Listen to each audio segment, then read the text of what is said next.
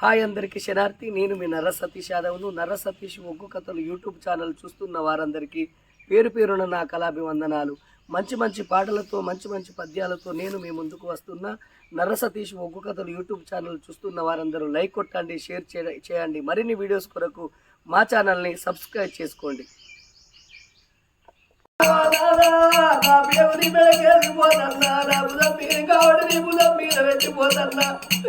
గొడవని బాధ పెట్టిపోతున్నా కొడుకులారా మీరంతా కొడుక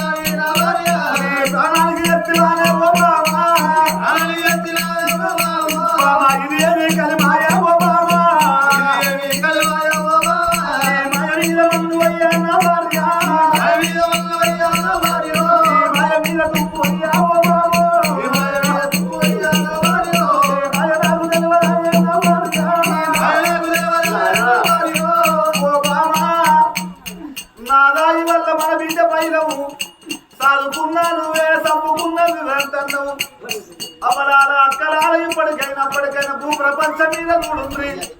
ఏదిగంత మగోడు లక్షిపోయి ఏపుల పుల్లంత తల్లి భూమి మీద బ్రతుకుంటే కొంగు నడుము చుట్టుకోసి చెడుకొక్క కైకిరి వేసి కొవడింటి కొట్టాలు వచ్చి బావనింటి భాషలు అవి సర్వసాకిరి వేసి పిల్లగల్ల దాదుకున్నది కన్న తల్లంతరే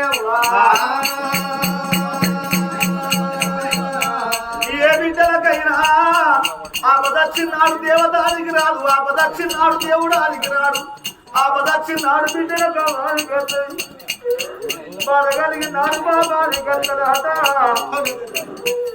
కన్న బిడ్డలు 96 తప్పులు చేసిన తొడ కింద కట్టుకున్న దాసుకునేది కన్న తల్లి అంటలే బాబా. తల్లి సాటి బిడ్డ అంటారు, బిడ్డ సాటి తల్లి అంటారు బాబా. బాబా నువ్వు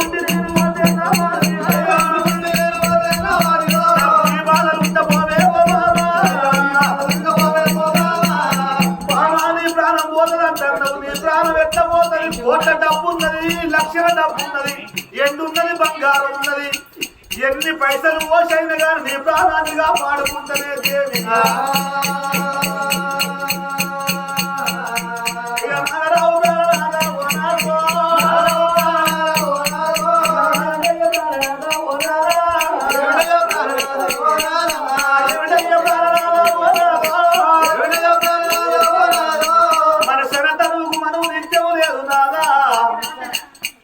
ఇంత రేపు మనం మంచి అంటారు నా కోట డబ్బు పెట్టి నా ప్రాణాన్ని కాపాడుకుంటానంటే ఉంటుంది. ఎన్ని డబ్బులు పెట్టినా నేను పొద్దున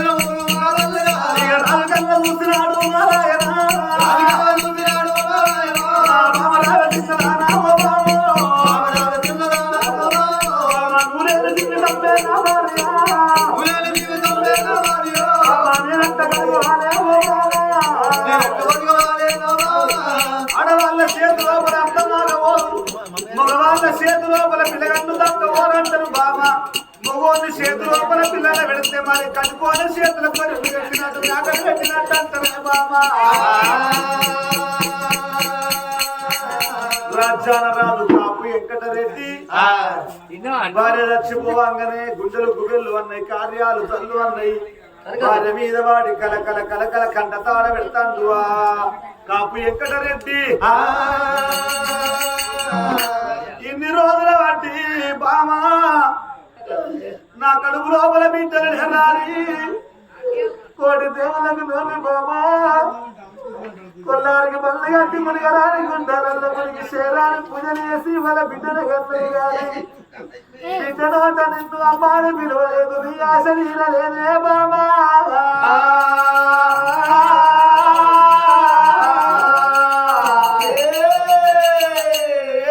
బిడ్డనోట నన్ను పాపాన్ని పిలవలేదు నా భ్రమ తీరలేదు